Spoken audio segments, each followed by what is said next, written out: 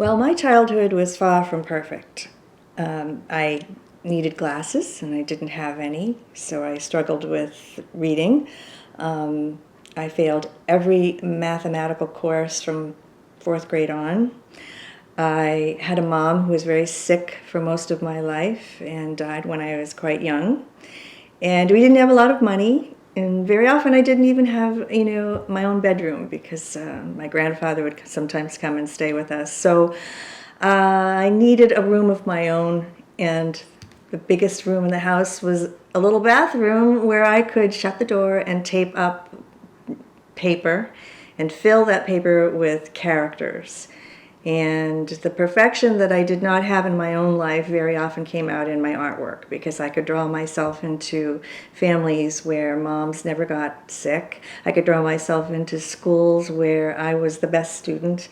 I could draw myself into a life of adventure and excitement. And my artwork offered me hope. Sometimes it was the only place where I could go and dream and escape the sadness that I felt of my day-to-day life. So art and imagination saved me, and I highly recommend it.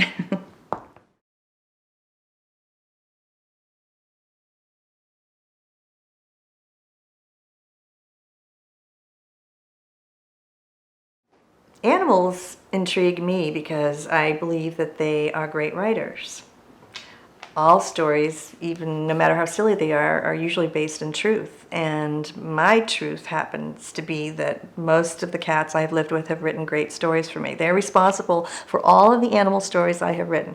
Skippy John Jones actually was stung by a giant bee while he was thinking inside the litter box in our basement. And when he came upstairs, he began to speak Spanish to me.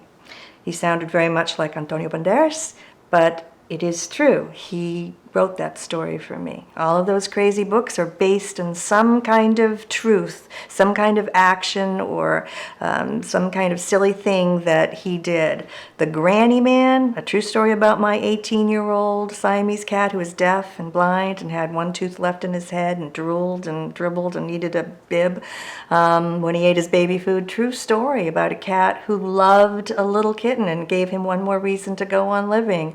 Bits and Pieces, a new book that I've written that will come out in the fall, based on Tinky, my 20-year-old senile deaf cat who licked a stick of butter and walked out the front door and was gone for a whole week. He wrote that story for me. Your pets are great writers. They're a reason why they sit on your head every night while you're trying to sleep. It's because they want you to write about them.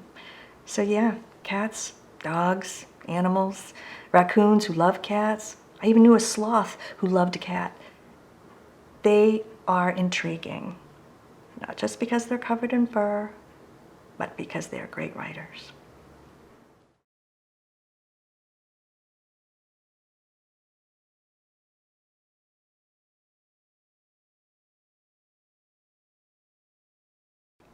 I am guilty of drawing upon my own life, my own childhood, my children's lives, my pets' lives, for fame and fortune. I believe in drawing all over your life and all over your kids and your pets. I draw all over them. And in fact, the very first book I ever wrote and illustrated was a book called Willie and May. That's me, that's my great Aunt May. When I was little, she was very, very generous to us. Without her, we wouldn't have had much under the Christmas tree each year. She loved us unconditionally, and that's what this book is about. So I got to write about me. I gave myself long, wavy hair, and I got to wear black patent leather shoes a lot in this book, which I wasn't allowed to wear when I was a kid. But so yes, they say write what you know, and I guess if you don't know something, you should learn about it. But I didn't have to go very far to write these stories. In a book called Mr. Emerson's Cook, this is a story about my great-grandmother Annie Burns. She came from County Fermanagh, Ireland, and she ended up cooking for a very famous American poet and philosopher named Ralph Waldo Emerson. And so she knew Henry David Thoreau, and she lived in Concord, Massachusetts, and I was intrigued with the fact that this poor Irish girl at the age of 18 came to America on a ship with 350 other immigrants from Ireland, which happened to get kidnapped by a renegade Southern naval officer during the Civil War. She's 18 years old, and the ship got kidnapped. Miraculously made it to Boston just in time for her to get a job with a great American poet and philosopher, Mr. Emerson. I wrote, this story about her. And of course, I've exploited my own cats, and the Granny Man and bits and pieces.